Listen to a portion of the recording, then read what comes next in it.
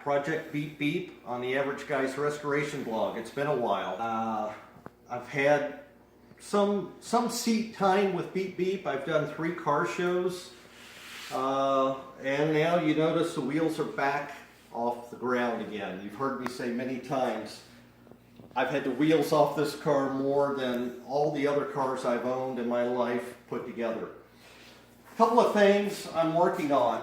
My exhaust leak has come back to haunt me. And you can see right there, this is the gasket from the downpipe to the manifold flange, and you can see it's burned out. You can see through the material there.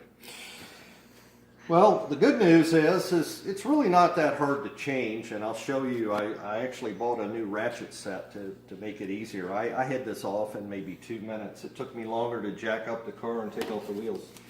And a replacement Felpro gasket is only $1.99. So I talked with my friend Ron, who's Mopar. He's probably my best helpline for Mopars. He's owned A-bodies for many years. And Ron said, it's time for some ultra copper silicone gasket maker. And I forget what the temperature is on this, 700 F, so 700 degrees Fahrenheit.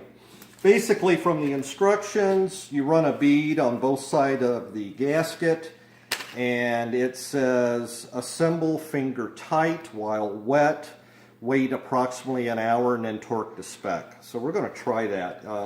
For $7, it's worth a try. When this car has an exhaust leak, you know it.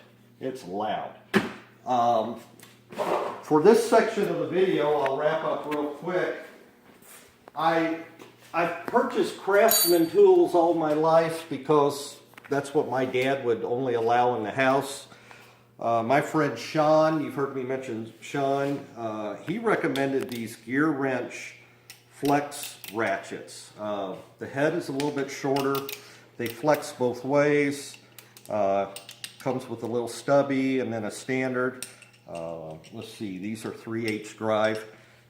Having these two, getting one on the top of the bolt head and one on the bottom on the nut, I had the downpipe off the exhaust in 60 seconds. And I'm not sore. I didn't have to contort myself. Amazon's got them at a good price. They have a lifetime warranty. They're also 84 tooth, so you can click, click, click. And I said I was going to wrap up, but here is the #1 reason why the wheels are off the ground.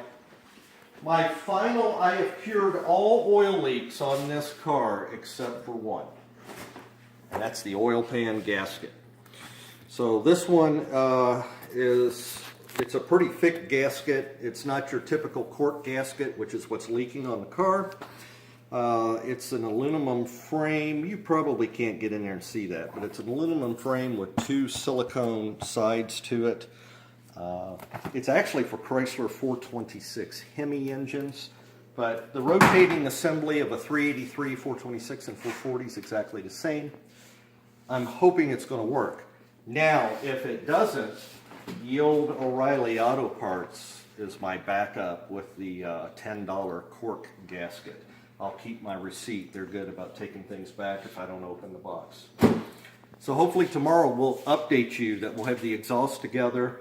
I think I'll start it up while it's up on the jacks and keep the park brake on, keep it in park, and make sure the exhaust isn't leaking. I'll report back on that, and then we'll tackle that oil pan gasket.